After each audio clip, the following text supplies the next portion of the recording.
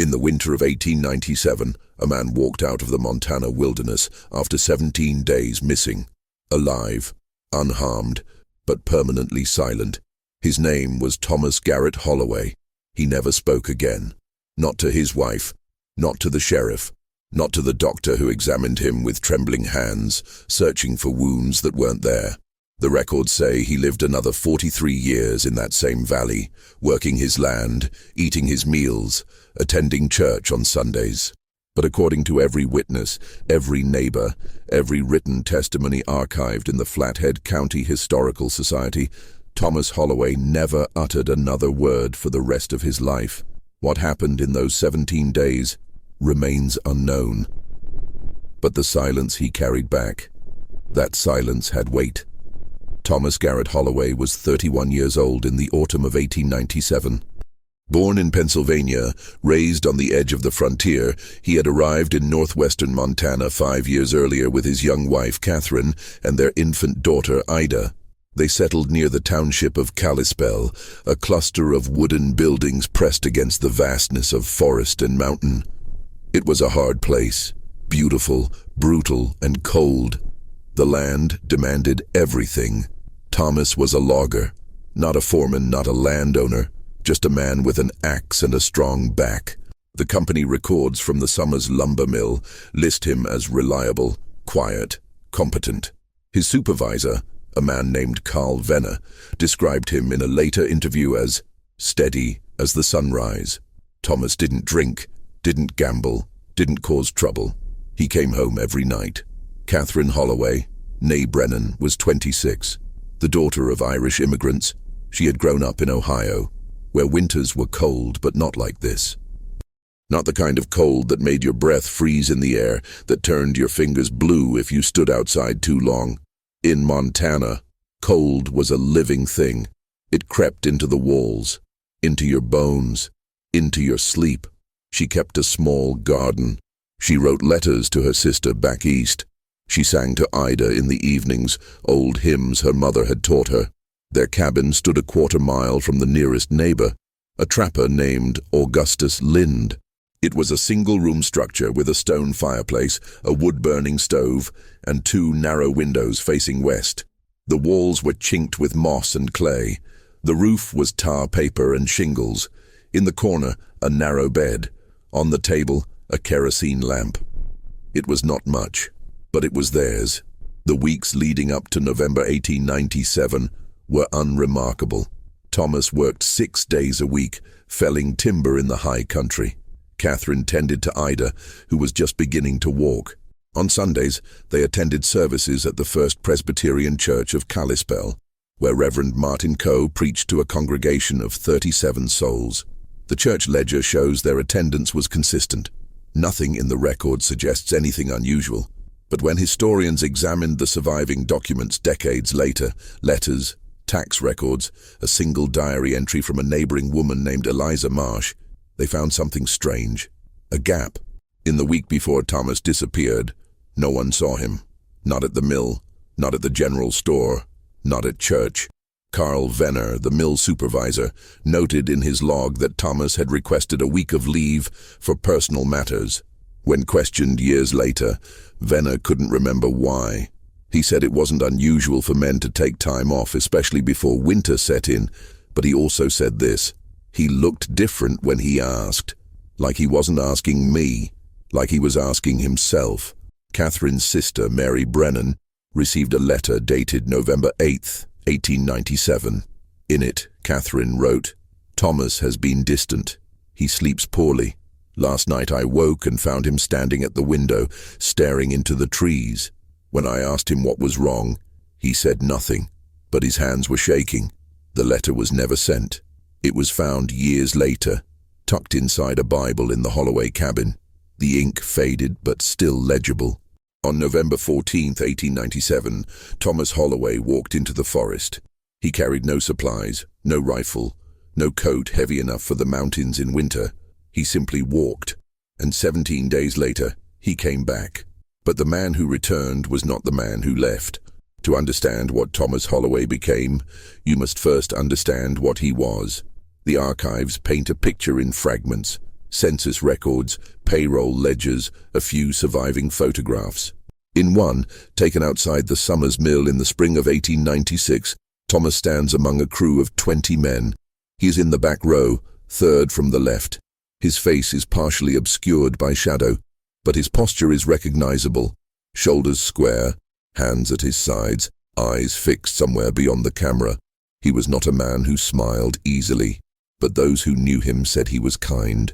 Augustus Lind, the trapper who lived nearest to the Holloway cabin, told a journalist in 1924, "Thomas was the sort of man you could trust with your life. Quiet, yes, but solid.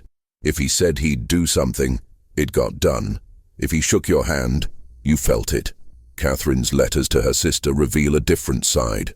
She wrote of small tenderness, how Thomas would wake early to stoke the fire so she wouldn't feel the cold, how he carved wooden animals for Ida, how he sometimes hummed while chopping wood, though he never sang.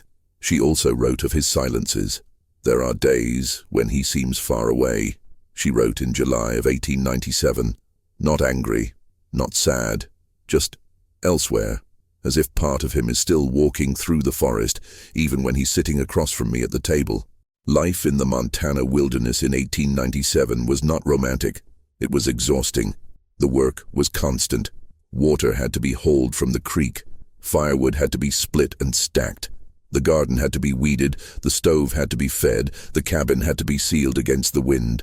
Catherine did most of it alone. Thomas worked from dawn until dusk at the mill, 6 days a week, 10 hours a day. When he came home, his hands were blistered, his clothes smelled of pine sap and sweat. He would wash in the creek, even in October, even when the water was cold enough to stop your heart. Catherine would watch from the window. Ida, barely 2 years old, toddled between the furniture, babbling in the half-language of children. She had her father's dark hair, her mother's green eyes. In one of the few surviving photographs of the family, taken in the summer of 1897, Ida sits on Catherine's lap. Thomas stands behind them, one hand resting on Catherine's shoulder. He is not looking at the camera. He is looking past it. The first sign that something was wrong came in late October. Eliza Marsh, who lived 2 miles south of the Holloways, recorded it in her diary on October 29, 1897. "Saw Catherine at the store today. She looked tired. Asked if Thomas was well. She hesitated before answering. Said he'd been having trouble sleeping.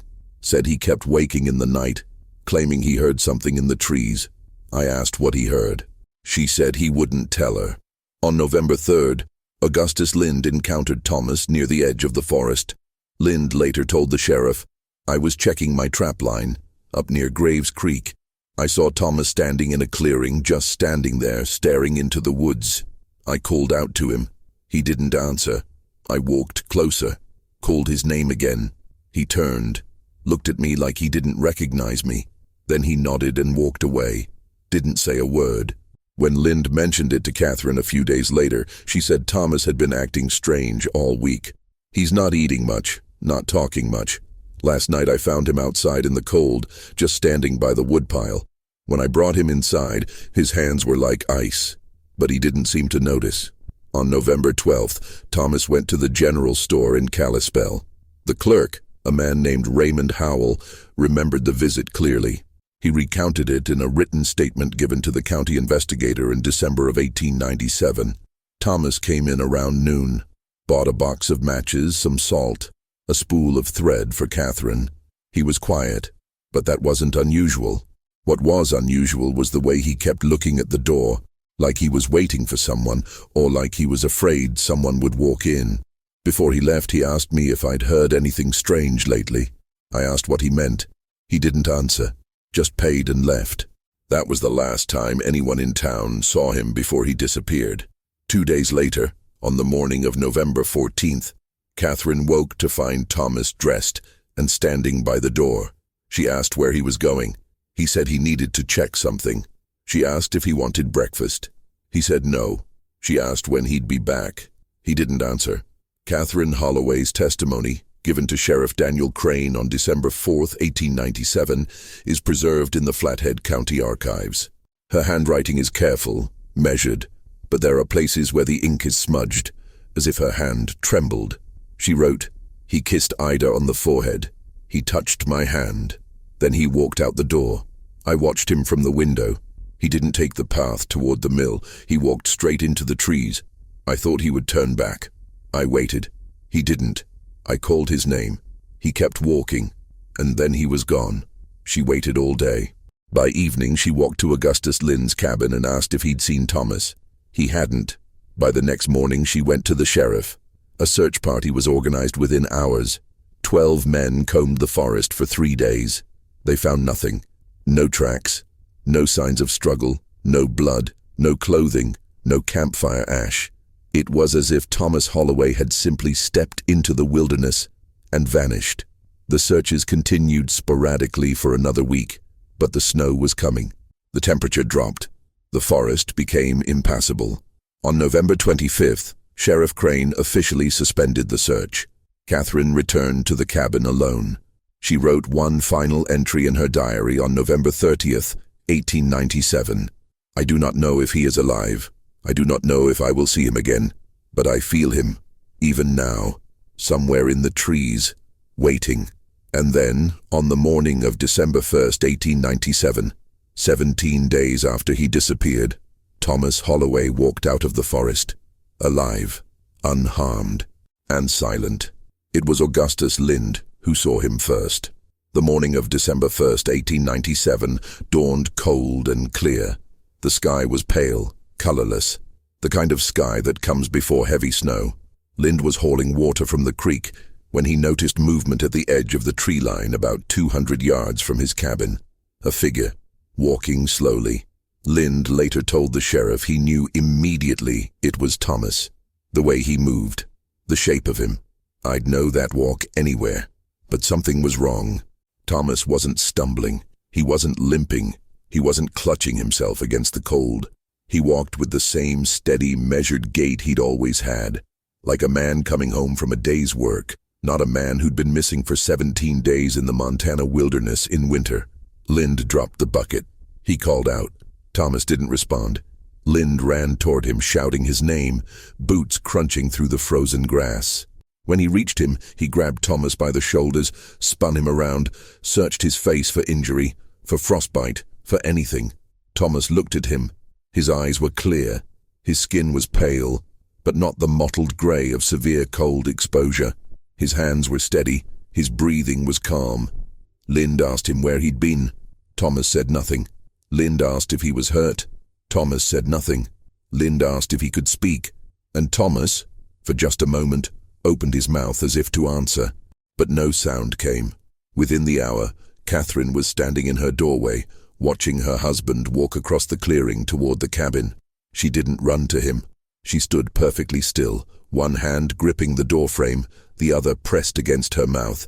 Ida was inside, playing on the floor near the stove. Thomas stopped a few feet from the door. Catherine stared at him. Thomas? He didn't answer. Where have you been? He didn't answer. She stepped forward, slowly, as if approaching something wild. She reached out and touched his face. His skin was cold but not frozen. She looked into his eyes, searching for something. Fear, relief, recognition. What she saw, she never described. But in a letter to her sister written 3 weeks later, she wrote this. He looked at me like he was seeing me from a great distance, like I was a memory he was trying to recall. She brought him inside. She sat him by the fire. She brought him water, bread, soup. He ate in silence. Ida toddled over to him, babbling, reaching for his hand. Thomas looked down at her. And then, according to Catherine's testimony, he began to cry. Silently. No sound. Just tears running down his face. Catherine wrapped her arms around him and held him while he wept without sound. Sheriff Daniel Crane arrived the next morning with Dr. Howard Finch, the only physician within 50 miles. Dr. Finch examined Thomas in the cabin, while Catherine and Ida waited outside. The examination lasted nearly an hour. When it was over, Dr. Finch emerged with the expression that Augustus Lind later described as confused and unsettled. His written report, dated December 2nd, 1897, states, patient shows no physical signs of trauma, no lacerations, contusions, or fractures, no frostbite, no infection, body weight appears normal, pupils reactive, pulse strong and regular, reflexes intact. Patient is responsive to physical stimuli but does not speak. When asked to write, patient holds the pen but does not form words. When asked to nod or shake his head, patient does neither. He simply stares. It is my professional opinion that the patient is physically sound. The cause of his mutism is unknown. Sheriff Crane attempted his own interview. He sat across from Thomas at the small wooden table. "Where did you go, Thomas?" Silence. "Did someone hurt you?" Silence. "Did you see something?" Thomas's eyes flickered. Just once. But he said nothing. Crane tried for another 20 minutes, asking questions, waiting for answers that never came. Finally, he closed his notebook and stood. Before leaving, he asked Catherine if Thomas had said anything at all, since returning. She shook her head. Not a word. Not even in his sleep. The town of Kalispell reacted with a mixture of relief and unease. Thomas Holloway was alive. That was a miracle. But his silence carried a weight no one could explain. Reverend Martin Coe visited the cabin on December 5th. He prayed with Catherine, read scripture aloud, and asked Thomas if he wished to give thanks for his safe return. Thomas stared at the wall. Coe wrote in his personal journal that night, "I have seen men broken by war, by grief, by guilt, but I have never seen a silence like Thomas Holloway's. It is not the silence of a man who cannot speak. It is the silence of a man who will not." In the weeks that followed, people began to talk. They whispered in the general store, at church, over fences. Some said Thomas had gotten lost and suffered exposure that damaged his mind. Others said he'd seen something in the wilderness. A bear, a mountain lion, something that had frightened him into shock. A few said he'd encountered something else, something that couldn't be named. But the most troubling theory came from Augustus Lind. Lind had lived in the Montana wilderness for over 20 years. He knew the land. He knew what it took to survive. And he knew, better than anyone, that a man could not survive 17 days in the high country in November without supplies, without shelter, without fire. It was impossible. The temperatures had dropped below freezing every night. There had been snow. The creeks were frozen. Game was scarce. No man could walk into those mountains unprepared and walk out alive. And yet Thomas had. Lind said as much to the sheriff. Crane had no answer. On December 10th, a group of men, led by Carl Venner from the lumber mill, returned to the forest where Thomas had disappeared. They wanted to find where he'd been. They searched for 3 days. They found nothing. No campsite, no shelter, no trace of human presence. But on the 3rd day, near a ridge above Graves Creek, they found something strange. A circle, pressed into the earth. Perfectly round, approximately 12 feet in diameter, where the grass and undergrowth had been flattened. Not torn, not burned, but pressed down, as if something heavy had rested there. There were no tracks leading to it, no tracks leading away. The men stood around it in silence. One of them, a logger named Peter Kane, later told his wife, "It felt wrong, not dangerous, just wrong, like we weren't supposed to be there." They covered it with branches and left. No one went back. Thomas Holloway never returned to the lumber mill. He stayed in the cabin with Catherine and Ida. He worked the land, he chopped wood, he mended the roof. But he never spoke. Not once, not ever. Catherine learned to read his silences. She learned the difference between his nod and his stillness, between the way he looked at her when he was listening and the way he looked when he was somewhere else. She stopped asking where he'd been, because she realized, slowly, painfully, that even if he could tell her, he wouldn't.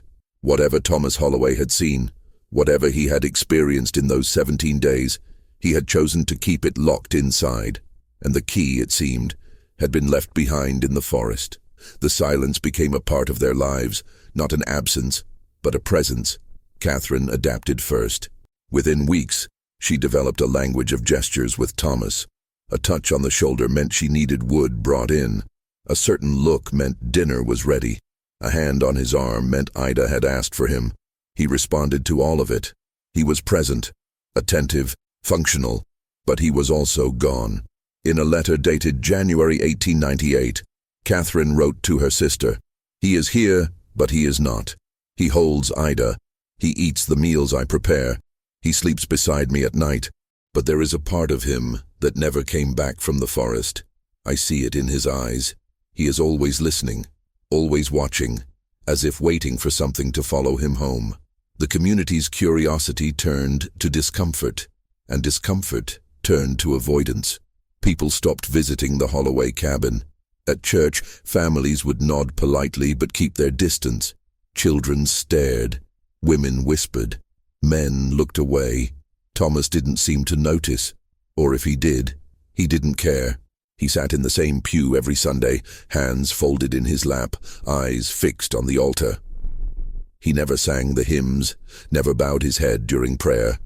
He simply sat, still and silent, while the service moved around him like water around a stone. Reverend Coe tried for months to reach him. He visited the cabin weekly, always bringing some small excuse: a loaf of bread, a jar of preserves, a book. He would sit with Thomas by the fire and talk about scripture, about the weather, about nothing in particular. Thomas would listen, but he never responded. In March of 1898, Coe stopped visiting. He wrote in his journal, "I do not know what happened to Thomas Holloway, but I know this: a man does not return from the wilderness silent unless he has made a choice. And whatever choice Thomas made, it was not one I can undo with prayer." By the spring of 1898, rumors had spread beyond Kalispell. Newspaper articles appeared in regional papers. Brief mentions, speculative paragraphs tucked between advertisements and grain prices. The Daily Interlake ran a piece on March 14, 1898, titled, "The Silent Man of Flathead County." It read, in part, "A local logger, missing for over 2 weeks in the mountain wilderness, returned to his family unharmed, but has not spoken since. Physicians report no physical ailment. The cause of his condition remains a mystery. Some suggest shock. Others, divine intervention. The man himself offers no explanation." The article drew curious visitors: journalists, photographers, a doctor from Helena who claimed to specialize in disorders of the mind. Catherine turned them all away. But one visitor refused to leave. His name was Samuel Pruitt. He was a geologist from the University of Montana, conducting a survey of the Flathead Valley. He had read the newspaper article and, on a whim, decided to visit the Holloway cabin. He arrived on April 2, 1898. Catherine met him at the door, exhausted and wary. Pruitt introduced himself, apologized for the intrusion, and explained that he wasn't there to pry. He was there because of something he'd found. Catherine hesitated. Then she let him in. Pruitt sat at the table across from Thomas, while Catherine stood nearby, arms crossed. He pulled a folded map from his satchel and spread it across the table. It was a topographical survey of the area northwest of Kalispell, marked with elevations, waterways, and geological features. Pruitt pointed to a location near Graves Creek. "I was up there 2 weeks ago," he said, "collecting rock samples. I found something unusual." He paused, watching Thomas. Thomas's expression didn't change. Pruitt continued, "There's a formation up on the ridge. Natural limestone, heavily eroded.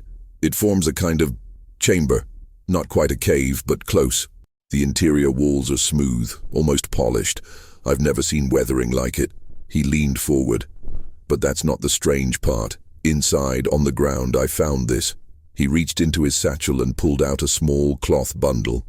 He unwrapped it carefully. Inside was a piece of wood, carved. Catherine stepped closer. The carving was crude but deliberate. A simple figure, vaguely human, no more than 3 inches tall. Pruitt turned it over in his hands. "I found it in the center of the chamber, just sitting there. No other traces of human activity.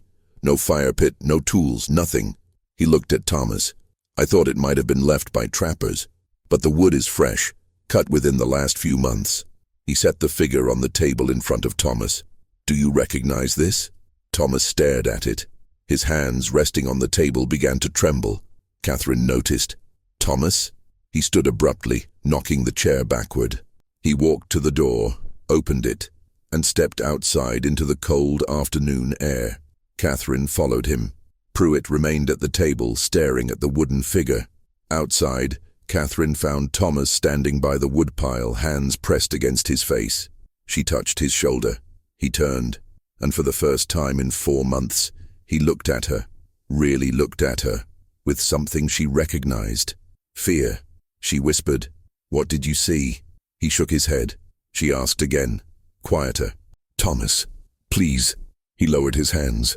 He opened his mouth, and for a moment, just a moment, she thought he might speak, but instead he reached into his pocket and pulled out something small.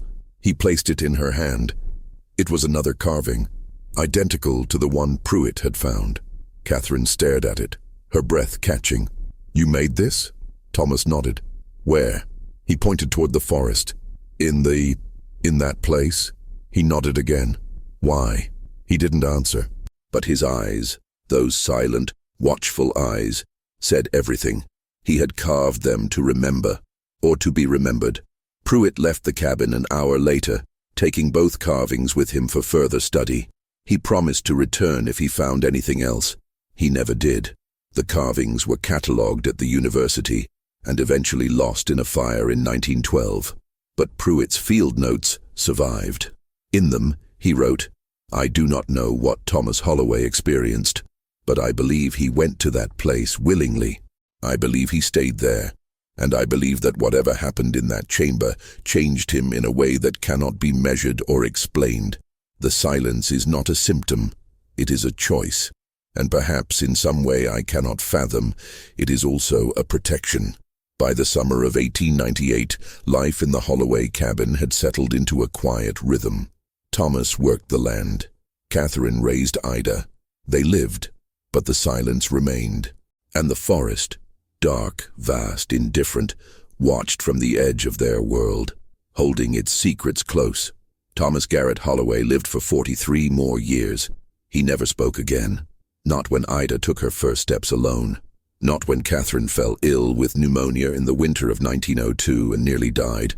Not when their second child, a son named Jacob, was born in 1899. Not even on his deathbed.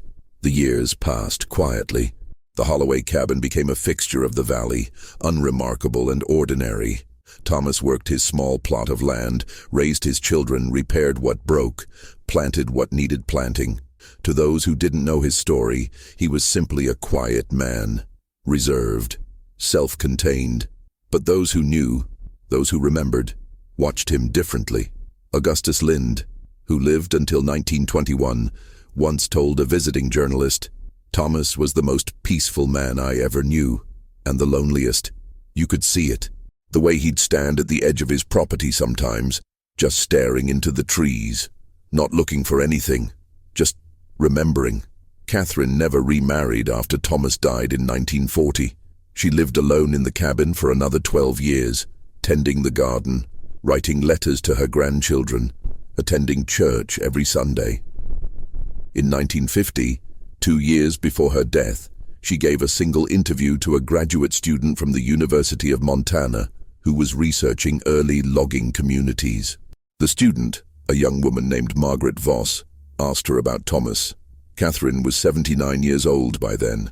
Her hands were gnarled with arthritis. Her voice was soft but steady. Voss asked, "Did he ever tell you what happened?" Catherine smiled faintly. "No, but I stopped needing him to." "Why?" Catherine looked out the window toward the forest. "Because I realized that some things can't be spoken, not because they're forbidden, but because words aren't big enough to hold them." She paused. Thomas didn't lose his voice in those 17 days. He surrendered it. Whatever he saw, whatever he experienced, it was so vast, so incomprehensible, that language became meaningless, and so he stopped using it.